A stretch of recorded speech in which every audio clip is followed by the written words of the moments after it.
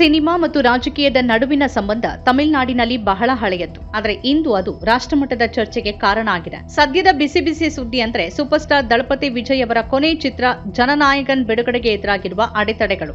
ಈ ವಿಷಯದಲ್ಲಿ ಕಾಂಗ್ರೆಸ್ ನಾಯಕ ರಾಹುಲ್ ಗಾಂಧಿ ಅವರು ವಿಜಯ್ ಬೆಂಬಲಕ್ಕೆ ನಿಂತಿರೋದು ರಾಜಕೀಯ ಸಂಚಲನ ಮೂಡಿಸಿದೆ. ಒಬ್ಬ ನಟನ ಸಿನಿಮಾ ಒಂದು ರಾಜ್ಯದ ರಾಜಕೀಯ ಭವಿಷ್ಯವನ್ನ ಬದಲಿಸಬಲ್ಲದ? ಅಭಿವ್ಯಕ್ತಿ ಸ್ವಾತಂತ್ರ್ಯ ಮತ್ತು ರಾಜಕೀಯ ಹಿತಾಸಕ್ತಿಗಳ ನಡುವಿನ ಸಂಘರ್ಷದಲ್ಲಿ ಸಿನಿಮಾ ಬಲಿಯಾಗ್ತಾ ಇದೆಯಾ? ಕೇಂದ್ರ ಸೆನ್ಸಾರ್ ಮಂಡಳಿಯನ್ನ ವಿರೋಧ ಪಕ್ಷಗಳ ಧ್ವನಿ ಅಡಗಿಸೋಕೆ ಬಳಸಲಾಗ್ತಿದೆಯಾ? ರಾಹುಲ್ ಗಾಂಧಿ ಈ ವಿಷಯದಲ್ಲಿ ಮಧ್ಯಪ್ರವೇಶ ಮಾಡಿರೋದು ದಕ್ಷಿಣ ಭಾರತದ ರಾಜಕೀಯ ಸಮೀಕರಣಗಳನ್ನ ಬದಲಿಸುವ ತಂತ್ರದಂತೆ ಕಾಣ್ತಿದೆ. ದಳಪತಿ ವಿಜಯ್ ಅವರು ತಮಿಳಿಗ ವೆಟ್ರಿ ಕಳಗಂ ಅಂದ್ರೆ ಟಿವಿಕೆ ಪಕ್ಷವನ್ನ ಸ್ಥಾಪಿಸಿ ಪೂರ್ಣ ಪ್ರಮಾಣದಲ್ಲಿ ರಾಜಕೀಯಕ್ಕೆ ಇಳಿಯೋಕೆ ಸಜ್ಜಾಗಿದ್ದಾರೆ. ಅವರ ಕೊನೆ ಚಿತ್ರವಾದ ಜನನಾಯಕನ್ ಜನವರಿ 9ರಂದು ಬಿಡುಗಡೆ ಆಗಬೇಕಿತ್ತು. ಆದರೆ ಕೇಂದ್ರ ಸೆನ್ಸಾರ್ ಮಂಡಳಿ ಈ ಚಿತ್ರಕ್ಕೆ ಪ್ರಮಾಣ ಪತ್ರ ನೀಡೋಕೆ ವಿಳಂಬ ಮಾಡ್ತಿದೆ.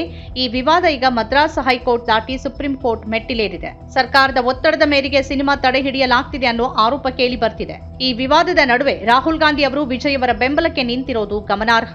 ಒಬ್ಬ ಕಲಾವಿದನ ಮತ್ತು ರಾಜಕೀಯ ನಾಯಕನ ಧ್ವನಿಯನ್ನ ಹತ್ತಿಕ್ಕುವ ಪ್ರಯತ್ನ ಸರಿಯಲ್ಲ ಎಂಬ ಅರ್ಥದಲ್ಲಿ ರಾಹುಲ್ ಧ್ವನಿ ಎತ್ತಿದ್ದಾರೆ.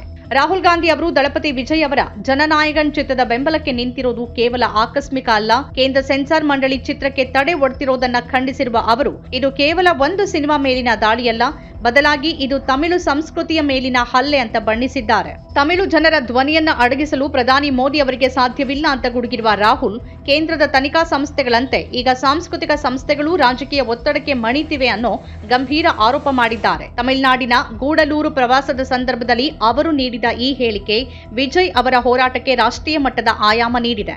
ಆಡಳಿತಾರೂಢ ಡಿಎಂಕೆಯ ಮೈತ್ರಿ ಪಕ್ಷವಾಗಿರುವ ಕಾಂಗ್ರೆಸ್ ನಾಯಕ ಅದರ ಪ್ರತಿಸ್ಪರ್ಧಿಯಾಗಲಿರುವ ಹೊಸ ಪಕ್ಷದ ನಾಯಕನಿಗೆ ಬೆಂಬಲವನ್ನ ಸೂಚಿಸಿರೋದು ಎಲ್ಲರ ಹುಬ್ಬೇರಿಸಿದೆ. ಡಿಎಂಕೆ ಹಾಗೂ ಎಡಿಎಂಕೆ ನಡುವಿನ ಸಾಂಪ್ರದಾಯಿಕ ಜಿದ್ದಾಜಿದ್ದಿಯಲ್ಲಿ ಈಗ ವಿಜಯ್ ಅವರ ಟಿವಿಕೆ ಮೂರನೇ ಶಕ್ತಿಯಾಗಿ ಉದಯಿಸ್ತಾ ಇದೆ. ಬಿಜೆಪಿಗೆ ತಮಿಳುನಾಡಿನಲ್ಲಿ ನೆಲೆ ಕಂಡುಕೊಳ್ಳೋಕೆ ವಿಜಯ್ ಅವರ ಮತ ಬ್ಯಾಂಕ್ ಅಡ್ಡಿಯಾಗಬಹುದು ಅನ್ನೋ ಆತಂಕ ಇದೆ.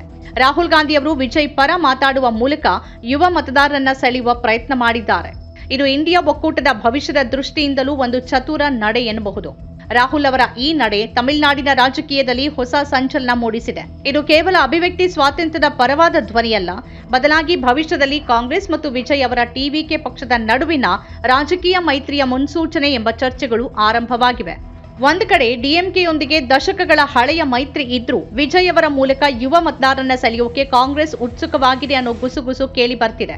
ಈ ಬೆಂಬಲ ವಿಜಯ್ ಅವರಿಗೆ ರಾಜಕೀಯವಾಗಿ ಆನೆ ಬಲ ತಂದಿದ್ರೆ ಬಿಜೆಪಿಗೆ ತಮಿಳು ಮಣ್ಣಿನಲ್ಲಿ ತಮಿಳು ಸಂಸ್ಕೃತಿಯ ವಿರೋಧಿ ಎಂಬ ಪಟ್ಟ ಕಟ್ಟೋಕೆ ಕಾಂಗ್ರೆಸ್ಗೆ ಪ್ರಬಲ ಅಸ್ತ್ರ ಸಿಕ್ಕಂತಾಗಿದೆ. ಈ ಇಡೀ ಪ್ರಕರಣದಲ್ಲಿ ಟೀಕೆಗೆ ಗುರಿಯಾಗಿರೋದು ಕೇಂದ್ರ ಸರ್ಕಾರದ ಧೋರಣೆ. ಈ ಹಿಂದೆ ಇಡಿ ಅಥವಾ ಐಟಿ ಸಂಸ್ಥೆಗಳನ್ನ ಬಳಸಿ ರಾಜಕೀಯ ನಾಯಕರನ್ನ ಹತ್ತಿಕ್ಕಲಾಗ್ತಿದೆ ಅನ್ನೋ ಆರೋಪ ಇತ್ತು. ಈಗ ಸೆನ್ಸಾರ್ ಮಂಡಳಿಯನ್ನ ಬಳಸಲಾಗ್ತಿದೆಯಾ ಅನ್ನೋ ಅನುಮಾನ ಕಾಡ್ತಾ ಇದೆ. ಆದರೆ ತಮಿಳುನಾಡಿನಲ್ಲಿ ವಿಜಯ್ ಅವರ ಹೊಸ ಪಕ್ಷವನ್ನ ಬಳಸಿಕೊಂಡು ಬಿಜೆಪಿ ಲಾಭ ಮಾಡ್ಕೊಳ್ಳೋಕೆ ನೋಡ್ತಿದೆ ಅನ್ನೋ ಆರೋಪ ಈಗ ಈ ವಿವಾದದಿಂದ ತಣ್ಣಗಾಗಿದೆ. ಸಿನಿಮಾವನ್ನ ಕೇವಲ ಮನೋರಂಜನೆಗಾಗಿ ನೋಡದೆ ಅದು ನೀಡುವ ರಾಜಕೀಯ ಸಂದೇಶಕ್ಕೆ ಹೆದರಿ ತಡೆ ಹಿಡಿಯೋದು ಪ್ರಜಾಪ್ರಭುತ್ವದ ಮೌಲ್ಯಗಳಿಗೆ ವಿರುದ್ಧವಾದದ್ದು. ಮತ್ತೊಂದು ಕಡೆ ಸಿನಿಮಾ ಬಿಡುಗಡೆಯನ್ನ ರಾಜಕೀಯ ಪ್ರಚಾರದ ಸಾಧನವಾಗಿ ಬಳಸೋದು ಕೂಡ ಟೀಕೆಗೆ ಅರ್ಹವಾಗಿದೆ.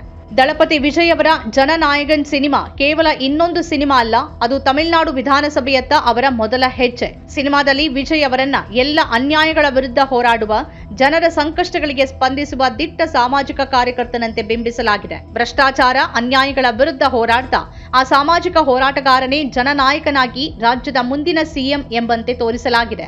ಇದು ನೇರವಾಗಿ ವಿಜಯ್ ಪರವಾಗಿ ಚುನಾವಣಾ ಪ್ರಚಾರದ ಚಿತ್ರ ಅನ್ನೋದ್ರಲ್ಲಿ ಸಂಶಯನೇ ಇಲ್ಲ. ಒಂದು ವೇಳೆ ಸುಪ್ರೀಂ ಕೋರ್ಟ್ ಸಿನಿಮಾ ಬಿಡುಗಡೆಗೆ ಅನುಮತಿ ನೀಡದೇ ಇದ್ರೆ ಅದು ವಿಜಯ್ ಅವರಿಗೆ ಅನ್ಯಾಯಕ್ಕೊಳಗಾದ ನಾಯಕ ಎಂಬ ಅನುಕಂಪ ಹಾಗೂ ಆ ಮೂಲಕ ಇನ್ನೊಂದಷ್ಟು ಜನ ಬೆಂಬಲವನ್ನ ತಂದುಕೊಡಬಹುದು. ರಾಹುಲ್ ಗಾಂಧಿ ಅವರ ಬೆಂಬಲ ರಾಷ್ಟ್ರೀಯ ಮಟ್ಟದಲ್ಲಿ ವಿಜಯ್ ಅವರಿಗೆ ಒಂದು ರಾಜಕೀಯ ಗೌರವವನ್ನ ತಂದುಕೊಟ್ಟಿದೆ.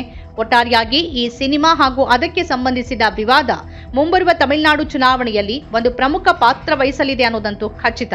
ನಮ್ಮ ಕಾರ್ಯಕ್ರಮಗಳನ್ನ ನೀವು ನೋಡ್ತಾ ಇದ್ರೆ ನಮ್ಮ ಚಾನೆಲ್ ಅನ್ನ ಸಬ್ಸ್ಕ್ರೈಬ್ ಮಾಡಿ, ಪಕ್ಕದ ಬೆಲ್ ಐಕಾನ್ ಒತ್ತಿ ನಮ್ಮನ್ನ ಬೆಂಬಲಿಸಿ.